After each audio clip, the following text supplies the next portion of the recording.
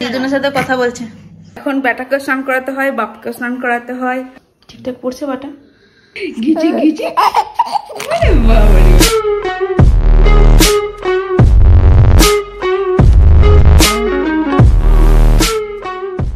আমি এই বাড়িতে এসেছি 8 দিন মতো হলো, মানে আগে শুক্রবার এসেছিলাম, আজকে শনিবার। তো এই কটা দিনের মধ্যে ব্রত অনেকটা অ্যাডজাস্ট করে নিয়েছে, কিন্তু থেকে থেকে ওর মনটা খারাপ করে, সেটা দেখেই বোঝা যায়।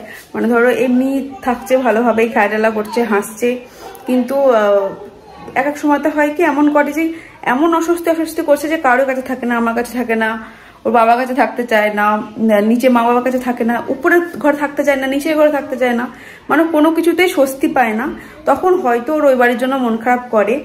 আর যখনই মাকে বা বাবাকে ভিডিও কল করি, ঝুমের গলা পাই ভিডিও কলে, তখনই কি আনন্দ যেন। ও হয়তো ভাবে যে চলে এসছে, মানে আমার কাছে এবার এসছে, ওরা এরকম ভাবে।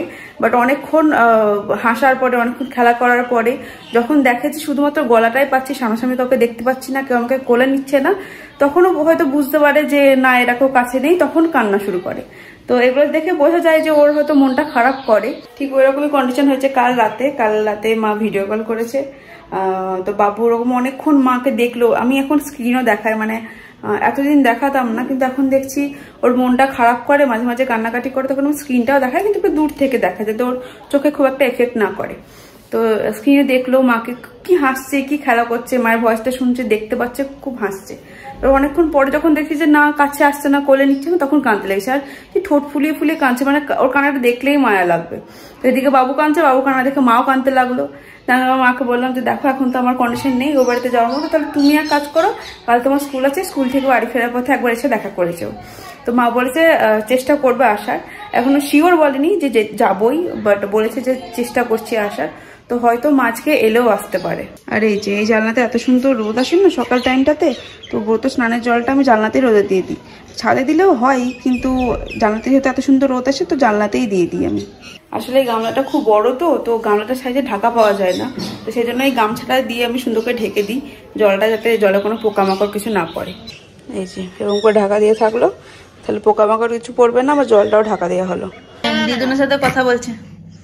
হ্যাঁ, কই আমার শোনাতে, আমার ঘন্টিটা কই, বাবারে কি ওঠার চেষ্টা করছে। এই যে জলটাকে রোদে দিলাম, কিছুক্ষণ রোদ পেলো, তারপরে রোদ চলে গেল। স্নান করে একদম আমার ছেলে গুড বয় হয়ে গেছে, আমার ছেলে একদম গুড বয় হয়ে গেছে। আই আই আই আই, এই গিজি গিজি,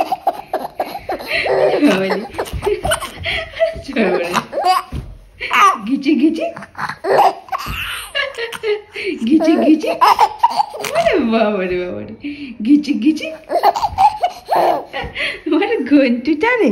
চলো দেখি, বেটা স্নান হলো, এবার বাপকে স্নান করাতে হবে। এখন বেটাকে স্নান করাতে হয়, বাপকে স্নান করাতে হয়। এনেন বেটাকে রাখেন পাশে, আপনার জলটা গরম করতে বসে। জল গরম তো করি, সবাই জল গরম করে ওই জলে হয়ে যাবে। গরম তো পড়েই গেছে এখন। পায়ের নোংরা গুলো তুলতে হবে না, নোংরা গুলো তুলতে বলছি, পুরো চোটটা রে, একটা পায়ের উপর ভর করে যাওয়া হয় না, ওইদিকে আবার কাঁদতে লেগেছে।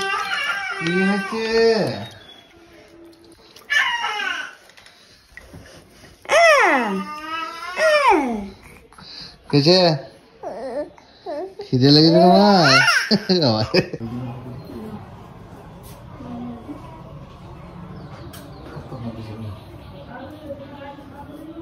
এখন বাজে বেলা 3:30, আর আমি খাওয়া দাওয়া করে এসে ব্রতকে খাইয়ে ঘুম পাড়িয়ে দিলাম।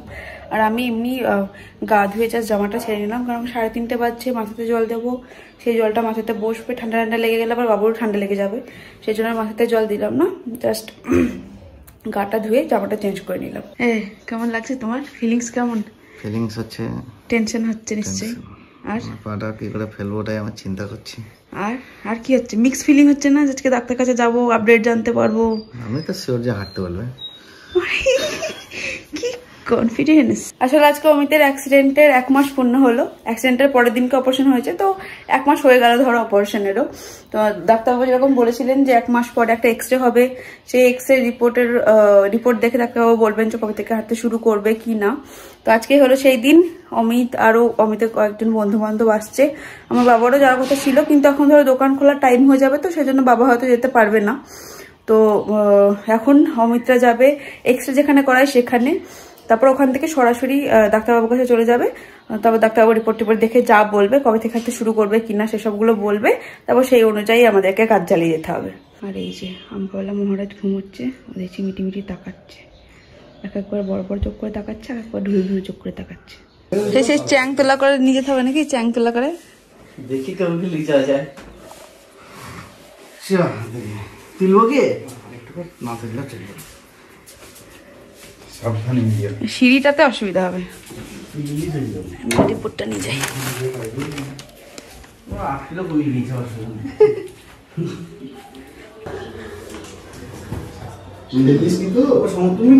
পাটা সাবধানে রাখো, পাটা সাবধানে রাখো। এ বয়সে ঝুলা তো ঝুলি নিলা, কেউ তো এমনি এমনি করলে নিত না। হ্যাঁ, পাটা সাবধানে।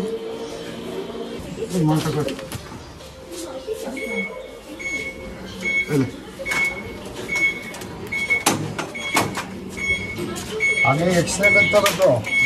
ও তো আগে তো ওখানেই যেতে হবে, তারপর ওখান থেকে ডাক্তারের কাছে যেতে হবে।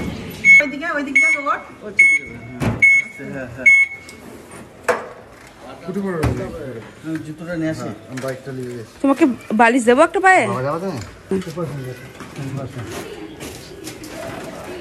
সমস্যা নাই, এই ড্রেন ট্রেনগুলোতেই অসুবিধা। রিসেন্টলি জুক মাদার্স ব্যাগ বলে এক ধরনের ব্যাগ লঞ্চ করেছে। ব্যাগটা স্পেশালি নতুন মাদের জন্য তৈরি। জানি তো একটা নতুন মা যখন তাদের ছোট্ট বাচ্চাকে নিয়ে বাইরে কোথাও যায় তখন কত কি জিনিসপত্র দরকার পড়ে, ডাইপার থেকে শুরু করে জামা কাপড়, দুধের বোতল, ফর্মুলা মিল্কের কোটো, তো অনেকটা বড় সড়ো একটা জায়গা দরকার পড়ে।